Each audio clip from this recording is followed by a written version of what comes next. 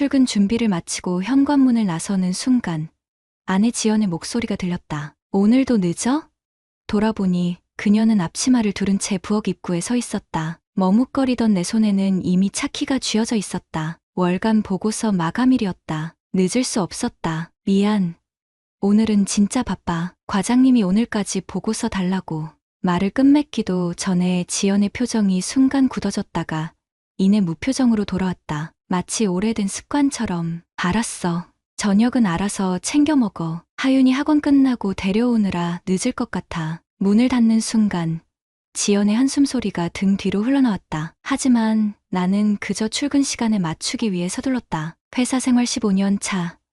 나는 중소기업 대리로 더 이상 승진의 기회가 없는 막다른 골목에 서 있었다. 가족을 위해 묵묵히 일하는 것, 그것이 내 역할이라고 믿었다. 아내도 처음에는 그런 나를 이해하고 지지했다. 결혼 초에는 퇴근 시간에 맞춰 따뜻한 저녁을 준비해 놓고 기다리던 지연이었다. 언제부터였을까? 그녀의 눈빛에서 기다림의 설렘이 사라진 것은 아마도 하윤이가 태어나고 내 야근이 잦아지면서부터였을 것이다. 지연의 일상은 아이 키우고 집안일 하는 것으로 단조로워졌다. 그리고 내 삶은 회사와 집을 오가는 단순한 패턴의 반복이 되었다. 한 달 전부터 지연에게 작은 변화가 생겼다. 하윤이 학원 픽업 전 항상 들르는 장소가 생겼다고 했다. 상가 안에 새로 생긴 작은 카페였다. 처음에는 그저 시간 때우기로 들르던 곳이었을 테지만 그녀가 그 카페를 언급하는 횟수가 점점 늘어갔다. 정우 씨, 오늘 카페에서 만난 사장님이 정말 유쾌한 분이더라고. 직접 로스팅한 원두로 내린 커피가 정말 맛있어서 매일 가게 될 것 같아. 전에 없던 생기가 돌아온 아내의 목소리에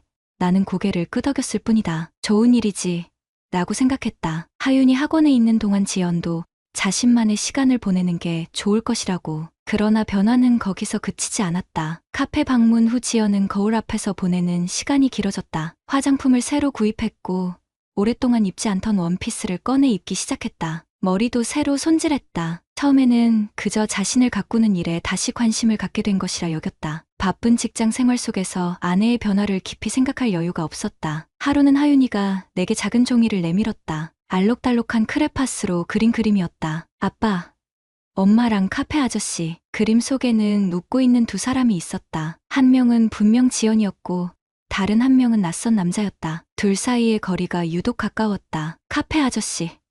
누구? 하윤이는 고개를 갸웃거렸다. 엄마가 매일 가는 카페 있잖아. 거기 아저씨. 엄마랑 계속 웃고 이야기해. 아이의 순진한 말에 별 의미를 두지 않았다. 단지 친절한 카페 주인과 손님의 관계일 뿐이라고 생각했다. 그저 지연이 오랜만에 집 밖에서 누군가와 대화하며 활력을 되찾은 것이 좋아 보였다. 하지만 그날 밤 침대에 누워 하윤이의 그림이 자꾸 떠올랐다. 지연이 준비해둔 내 잠옷 주머니에서 영수증 한 장이 발견되었다. 상가 카페 The Moment the Moment의 영수증이었다. 금액은 크지 않았다. 그러나 시간이 적혀 있었다. 오후 2시 하윤이 학원 시작 시간이었다. 그 순간 처음으로 의문이 들었다. 아내는 왜 학원에 아이를 데려다 준 직후에 카페에 가는 걸까?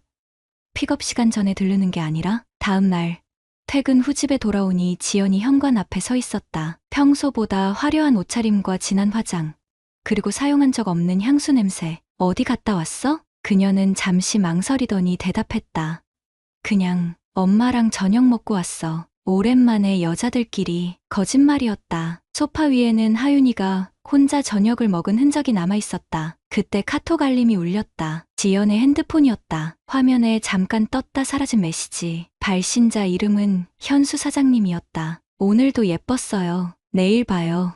지연은 서둘러 핸드폰을 가방에 집어넣었다. 우리의 시선이 마주쳤다. 그녀의 눈에는 당황과 죄책감이 스쳐 지나갔다. 나는 아무 말도 하지 못했다. 그저 가슴 한켠이 묵직하게 내려앉는 느낌만 들었다. 무언가가 깨어지기 시작하는 소리가 들리는 것 같았다. 그날 밤 이후 나는 지연을 더 주의 깊게 관찰하기 시작했다. 아침에 일어나는 시간이 조금씩 빨라졌고 화장대 앞에서 보내는 시간도 늘었다. 예전에 결혼기념일에 선물했던 향수를 다시 꺼내 쓰기 시작했다. 10년 전 우리가 처음 만났을 때 그녀 모습이 희미하게 겹쳐 보였다. 출근하는 내게 예전처럼 오늘도 힘내요라고 말하던 지연은 이제 시계만 흘끗 보며 늦겠네라는 말만 남겼다. 저녁 식사 자리에서는 핸드폰을 자주 확인했고 문자가 올 때마다 슬쩍 웃음을 감추려 했다. 하루는 지연의 핸드폰을 들여다볼 기회가 있었다. 기념일도 잊어버리는 나였지만 이번에는 깜짝 이벤트를 준비하려 했다. 지연의 친구에게 연락하기 위해 그녀의 핸드폰을 잠시 빌리려던 참이었다. 화면을 켜자 현수 사장님과의 대화창이 열려 있었다.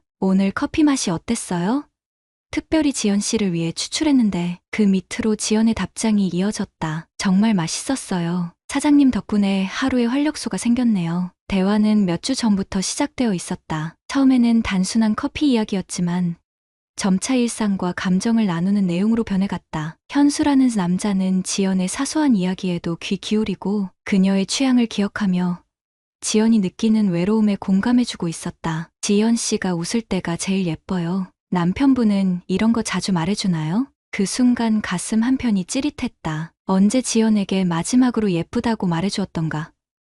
언제 그녀의 하루 일과를 진심으로 물어봤던가? 아내를 투명인간처럼 대했던 나 자신의 모습이 떠올랐다. 핸드폰을 내려놓고 이날 저녁은 일찍 귀가했다. 지연은 없었다. 하윤이는 할머니 집에 맡겨졌다고 했다. 처음으로 지연의 외출 목적을 추궁했다. 어디 갔다 오는데 그래? 지연은 잠시 눈을 피했다. 친구랑 영화 보고 왔어. 요즘 그런 것도 궁금해? 목소리에는 가시가 돋쳐 있었다. 그녀는 화장실로 들어가 긴 시간 샤워를 했다. 나와의 대화를 피하려는 듯했다. 다음 날 나는 지연을 확인하기 위해 점심시간에 상가로 향했다. The moment, 카페는 생각보다 작고 아늑했다. 창가에 자리를 잡고 조용히 기다렸다. 1시간 후 지연이 카페로 들어왔다. 하윤이를 학원에 데려다 준 후였을 것이다. 카운터에 서 있던 남자는 나보다 조금 더 나이가 많아 보였다. 깔끔한 셔츠에 에이프런을 두른 모습이 세련되어 보였다. 지연을 보자마자 그의 얼굴에 미소가 번졌다. 어서 오세요.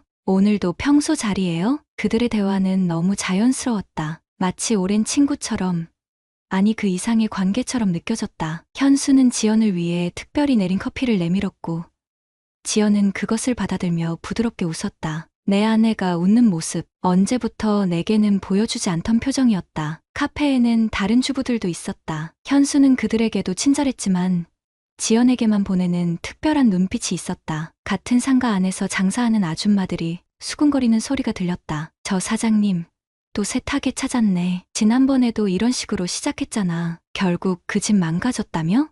가슴이 철렁 내려앉았다. 이것은 단순한 친절이 아니었다. 현수에게는 패턴이 있었다. 외로운 주부들에게 접근하는 계산된 방식. 자리에서 일어나 밖으로 나왔다. 지연을 바로 대면할 용기가 없었다. 대신 주차장에서 기다렸다. 1시간 후 지연이 나왔다. 그리고 그 뒤를 현수가 따랐다. 카페 문을 나서자마자 두 사람의 손이 은밀하게 맞닿았다. 지연은 주변을 살피듯 고개를 돌렸지만 나를 발견하지 못했다. 그들은 주차장 구석에 선 현수의 차로 향했다. 지연은 잠시 망설이는 듯했지만 이내 조수석 문을 열고 탔다. 차가 출발하는 모습을 멍하니 바라보았다. 그날 밤 지연은 평소보다 늦게 돌아왔다. 머리카락에서는 낯선 샴푸 향이 났다. 하윤이는 이미 잠들어 있었다. 아이의 책상 위에는 그림이 하나 놓여 있었다. 엄마가 보고 싶어요라고 적힌 그림. 얼굴에 눈물을 그려넣은 아이의 자화상이었다. 아내와 마주 앉아 대화하고 싶었지만 목구멍까지 올라온 말들이 꽉 막혀 나오지 않았다. 지연도 내 시선을 피했다. 우리 사이에는 이제 보이지 않는 벽이 생겨 있었다. 그녀의 몸은 여기 있었지만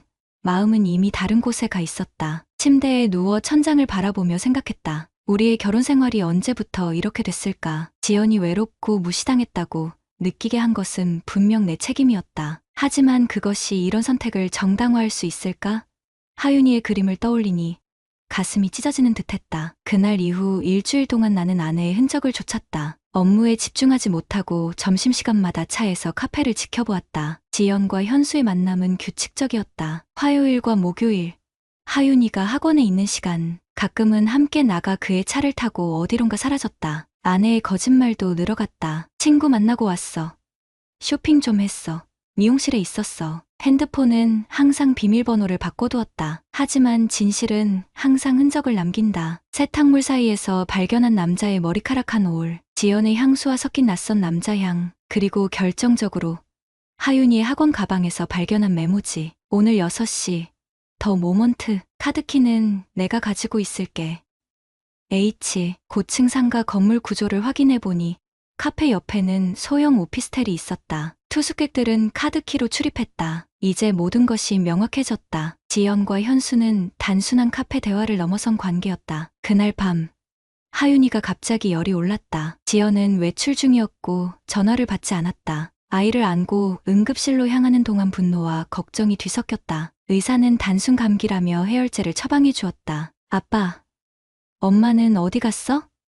열에 들떠 축축한 하윤이의 이마를 쓰다듬으며 적당한 거짓말을 지어냈다. 집으로 돌아오니 새벽 1시, 응급실 영수증을 테이블 위에 놓아두었다. 그리고 기다렸다. 지연은 3시가 되어서야 돌아왔다. 거실 불이 켜진 것을 보고 놀란 듯했다. 하윤이가 열이 나서 응급실에 다녀왔어. 지연의 얼굴이 창백해졌다. 당황한 그녀가 하윤이 방으로 달려갔다. 잠든 아이의 이마에 손을 대고 안도의 한숨을 내쉬는 모습이 보였다. 한때는 세상에서 가장 소중한 존재였을 우리 아이. 지금 지연에게 그 우선순위는 어디쯤일까? 다음 날 일부러 휴가를 냈다. 아내에게는 말하지 않고 멀리서 그녀의 일상을 지켜보기로 했다. 지연은 평소처럼 하윤이를 학원에 데려다주고 카페로 향했다. 나는 그들이 주차장으로 향할 때까지 기다렸다. 지연과 현수가 차에 오르는 순간 몰래 그들을 뒤따랐다. 차는 상가에서 멀지 않은 모텔 앞에 멈췄다. 두 사람이 함께 들어가는 모습을 휴대폰으로 담았다. 손이 떨려 화면이 흔들렸다. 당연한 결과였지만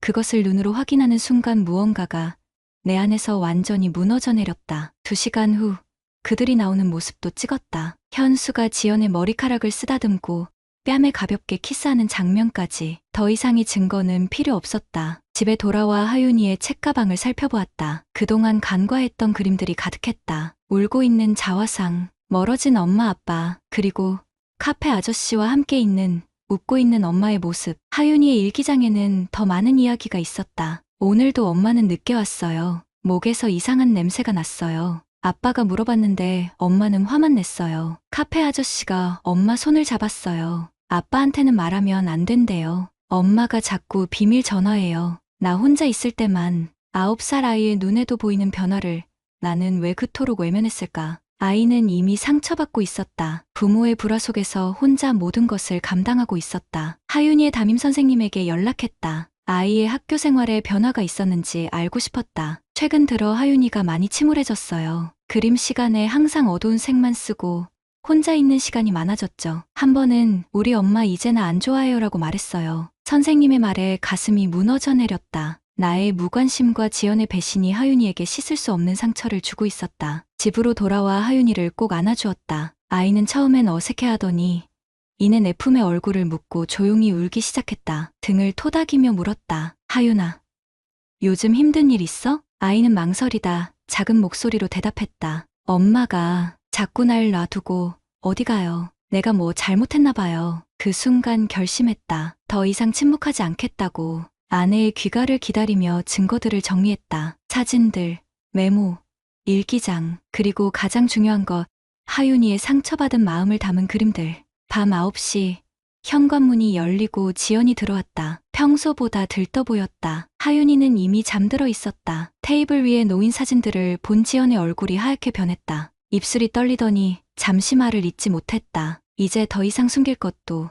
외면할 것도 없었다. 우리의 가정은 이미 깊은 균열 속에 있었다. 그리고 그 틈에서 가장 큰 상처를 받고 있는 것은 하윤이었다. 이게 무슨... 지연의 목소리가 떨렸다. 사진들과 증거를 본 그녀의 얼굴에서 핏기가 가셨다. 처음에는 부인하려는 듯했지만 이내 어깨가 축 처져 소파에 무너지듯 앉았다. 등을 돌린 채 창밖만 바라보았다. 침묵이 방을 채웠다. 내 심장은 터질 듯이 뛰었지만 목소리는 의외로 차분했다. 언제부터였어? 지연은 고개를 숙인 채 손가락만 꼼지락거렸다. 예전에 긴장할 때마다 보이던 습관이었다. 그녀의 눈에서 눈물이 흘러내렸다. 2달 전부터. 처음엔 그냥 이야기 상대였어. 내 말을 들어주는 사람이 너무 그리웠어. 그녀의 고백이 가슴을 파고들었다. 분노보다 먼저 슬픔이 몰려왔다. 지연은 계속해서 자신의 외로움을 토로했다. 나와 함께 있어도 혼자인 것 같았다고. 현수는 그저 그녀의 존재를 인정해 주었을 뿐이라고. 변명이었다. 하지만 그 속에 담긴 진실이 나를 더 아프게 했다. 내가 그녀를,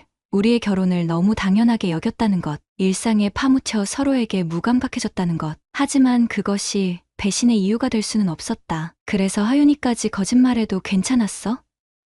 아이가 너무 상처받고 있다는 걸 모르고 있었어? 지연의 눈에서 공포가 스쳤다. 하윤이를 언급하자 처음으로 그녀가 패닉에 빠지는 모습이 보였다. 아이의 일기장과 그림들을 내밀자 지연은 손으로 입을 가리며 흐느꼈다.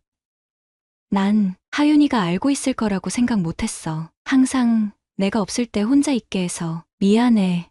정말 미안해. 미안하다는 말, 그것으로 모든 것이 원상복구될 것처럼 말하는 그녀가 갑자기 낯설게 느껴졌다. 12년간 함께 살아온 사람인데도 처음 보는 타인 같았다. 위로가 필요했다는 거 이해해. 하지만 다른 남자의 침대에서 위로를 찾는 그건 이해할 수 없어. 지연은 무너져 내렸다. 오열하며 바닥에 무릎을 꿇었다. 처음 벌어진 일이 아니라고 했다. 몇 번의 우연한 만남 후 현수가 적극적으로 다가왔고 자신은 그의 관심에 현혹되었다고. 나와의 관계가 서서히 식어가는 동안 현수와의 관계는 뜨겁게 타오르고 있었던 것이다. 더 끔찍한 건 내가 아이 앞에서까지 거짓말했다는 거야. 하윤이에게 카페 아저씨랑 손잡는 건 비밀이라고 말했다던데 그게 사실이야? 지연은 말을 잇지 못했다. 그 침묵이 모든 것을 말해주었다. 예상했던 일이었지만 확인하는 순간 내 안에 무언가가 완전히 부서졌다. 지연뿐만 아니라 현수에 대한 분노가 치밀었다. 한 가정을 파괴하는 데 일조한 남자, 게다가 다른 주부들에게도 같은 행동을 했다는 이야기를 들으니 더욱 격분했다. 전에도 이런 적 있었대. 다른 주부들한테도. 지연의 얼굴이 창백해졌다. 현수의 패턴을 몰랐던 듯했다. 자신이 특별하다고 생각했는데 결국 그의 많은 대상 중 하나였을 뿐이라는 걸 깨달은 듯했다. 난 몰랐어. 그 사람이 나한테 정말 진심인 줄. 그 순간 갑자기 문이 열렸다. 하윤이가 잠에서 깨어 거실로 나온 것이다. 아이의 눈에 눈물이 그렁그렁했다. 얼마나 듣고 있었는지 모르겠지만 우리의 목소리에 놀란 듯했다. 엄마, 왜 울어? 하윤이의 떨리는 목소리에 지연이 얼른 눈물을 닦았다. 아이를 안아방으로 데려가며 잠시 대화를 중단했다. 하윤이를 다시 재운 후 거실로 돌아왔다. 지연은 다른 사람이 된 듯했다. 아이 앞에서 보여준 태연한 모습과 달리 이제는 완전히 패배한 얼굴이었다. 어떻게 하고 싶어? 내가 물었다. 지연은 눈물이 그치지 않는 채로 말했다. 현수와의 관계를 끊겠다고. 나와 하윤이에게 다시 한번 기회를 달라고. 하지만 그녀의 말은 공허하게 들렸다. 이미 무너진 신뢰를 어떻게 다시 쌓을 수 있을까? 지금 당장은 내가 원하는 게 뭔지 모르겠어. 하지만 확실한 건 하윤이가 더 이상 상처받지 않게 하고 싶다는 거야. 내 마음 한켠에서는 지연을 용서하고 싶은 마음도 있었다. 우리의 결혼을 지키고 하윤이에게 온전한 가정을 선물해주고 싶었다. 하지만 다른 한편으로는 매일 아침 지연을 볼 때마다 다른 남자와 함께했던 장면들이 떠오를 것 같았다. 그 고통을 과연 감당할 수 있을까? 난 그 남자를 만나야겠어. 지연이 놀란 눈으로 쳐다보았다. 왜? 무슨 의미가 있어? 우리 가정을 망가뜨린 사람이잖아. 최소한 그에게 책임을 물어야지. 그날 밤 우리는 각자 다른 방에서 잠을 청했다. 나는 하윤이 옆에 누워 아이의 숨소리를 들으며 생각에 잠겼다. 내일은 현수를 찾아가기로 했다. 법적으로도 대응하고 싶었다. 상간자 소송이라는 것이 가능하다는 것을 알았다. 변호사를 만나 상담을 받아볼 생각이었다. 하지만 무엇보다 중요한 것은 하윤이었다. 어떤 결정을 내리든 아이가 최소한의 상처로 이 상황을 헤쳐나갈 수 있게 해야 했다. 하윤이의 머리를 쓰다듬으며 작게 속삭였다. 아빠가 지켜줄게. 절대 너 혼자가 아니야. 그 순간만큼은 마음이 명확했다. 가정이 어떻게 되든 하윤이를 지키는 것이 내 최우선 과제였다. 내일 아침 현수를 만나러 가기 전에 휴가를 연장하고 변호사를 만나기로 했다. 지연과의 관계는 시간이 말해줄 것이다. 하지만 하나는 확실했다. 더 이상 예전으로 돌아갈 수는 없다는 것. 우리의 결혼 생활에 깊은 균열이 생겼고 그것을 메우는 일은 쉽지 않을 것이다. 아침 일찍 하윤이를 깨워 함께 아침을 먹었다. 지연은 아직 방에서 나오지 않았다. 아이의 눈에는 불안이 어려 있었다. 무언가를 알고 있지만 말하기 두려워하는 눈빛이었다. 하윤아, 아빠 오늘 카페에 가볼 거야. 이따가 학교 끝나면 할머니 집에 데려다 줄게. 아이는 고개를 끄덕였다. 이상하게도 반발하지 않았다. 평소라면 엄마는? 이라고 물었을 텐데 이미 무슨 일이 일어나고 있는지 본능적으로 느끼고 있는 듯했다. The Moment 카페는 오전부터 손님들로 북적였다. 현수는 카운터 뒤에서 여느 때처럼 미소 짓고 있었다. 나를 알아보지 못했다. 카페 구석에 앉아 그가 주변 여성 손님들과 대화하는 모습을 지켜보았다. 모두에게 친절했지만 특히 한중년 여성에게 더 많은 관심을 보이는 듯했다. 새로운 대상을 찾은 것인지도 모른다. 1시간 후 손님이 뜸해지자 카운터로 다가갔다. 그의 얼굴에 미소가 번졌다. 어서 오세요. 처음 뵙는 것 같은데. 그의 말이 끊겼다. 내 표정을 읽었는지 혹은 직감이 알려주었는지 현수의 눈에 경계심이 어렸다. 박지연의 남편입니다. 그 한마디에 현수의 표정이 굳어졌다. 그는 잠시 주변을 살피더니 나를 안쪽 사무실로 안내했다. 문이 닫히자 그의 태도가 돌변했다. 미소는 사라지고 차갑고 계산된 눈빛만 남았다. 무슨 일로 오셨는지 알 것 같네요. 예상했던 대로였다. 이런 상황에 익숙한 사람 같았다. 주머니에서 사진들을 꺼내 그에게 내밀었다. 모텔 앞에서 찍은 사진들. 나의 아내와 그가 함께 있는 모습. 당신이 아는 한 가정을 무너뜨리고 있어요. 그리고 9살 아이의 마음까지. 그의 눈에 잠시 불안이 스쳤다. 하지만 이내 침착함을 되찾았다. 지연 씨가 원해서 시작된 일입니다. 강요한 적 없어요. 그 말에 참았던 분노가 치밀었다. 책임을 회피하는 그의 태도가 가슴속 무언가를 건드렸다. 주먹을 꽉 쥐었지만 감정을 추스르며 냉정을 되찾았다. 당신이 다른 여성들에게도 같은 짓을 했다는 걸 알아요. 처음으로 그의 얼굴에 동요가 일었다. 주변 소문이 사실이었나 보다. 대화는 길지 않았다. 나는 그에게 상간자 소송을 제기할 것이라고 통보했다. 그의 행위가 단순한 불륜이 아니라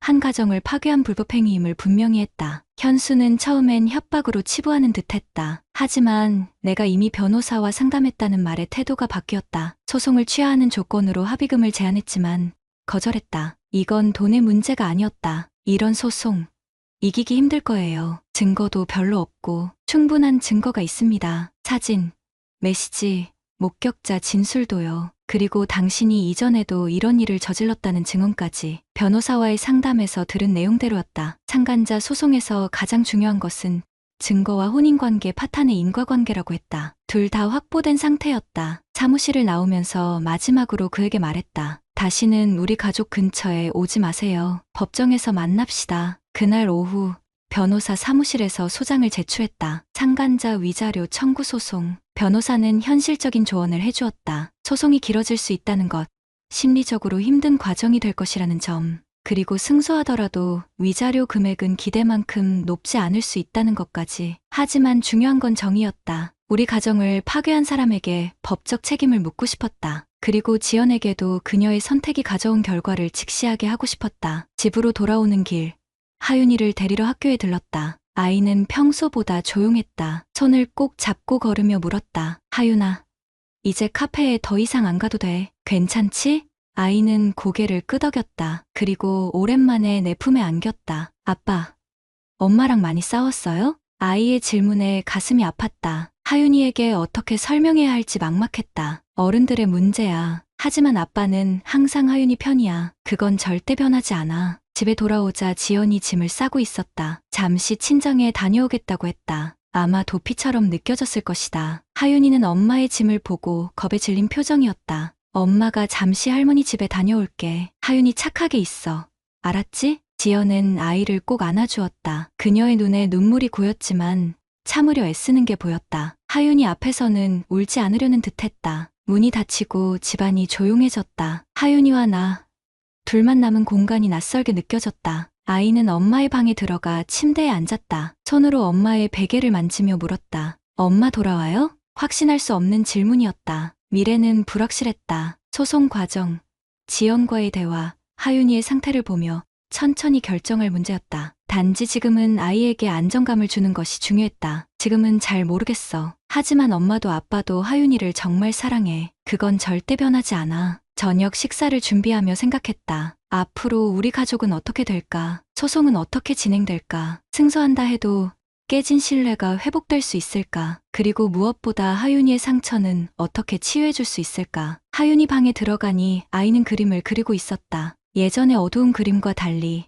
이번에는 밝은 색채였다. 하지만 여전히 가족은 따로 떨어져 있었다. 엄마는 멀리, 아빠와 하윤이는 함께. 아이의 책상 위에는 또 다른 그림이 있었다. 엄마랑 카페 가고 싶다는 문구가 적힌 그림. 하윤이는 카페를 그리워하는 게 아니라 엄마와의 시간을 그리워하고 있었다. 그날 밤, 하윤이를 재운 후 지연에게 문자를 보냈다. 하윤이가 너를 기다리고 있어. 우리 셋이 앞으로 어떻게 될지 아직 모르겠지만 하윤이에게는 엄마가 필요해. 답장은 오지 않았다. 하지만 새벽에 현관 앞에 작은 메모가 도착했다. 지연의 글씨였다. 미안해. 정말 미안해. 하윤이에게도 당신에게도 며칠만 시간을 줘. 그동안 하윤이를 잘 부탁해. 메모를 들고 하윤이 방으로 향했다. 잠든 아이의 얼굴이 평화로웠다. 뺨에 흐른 눈물 자국이 보였다. 아이는 베개에 얼굴을 묻고 울었던 것 같았다. 그 모습에 가슴이 저렸다. 아이의 이마에 키스하며 다짐했다. 앞으로 무슨 일이 있어도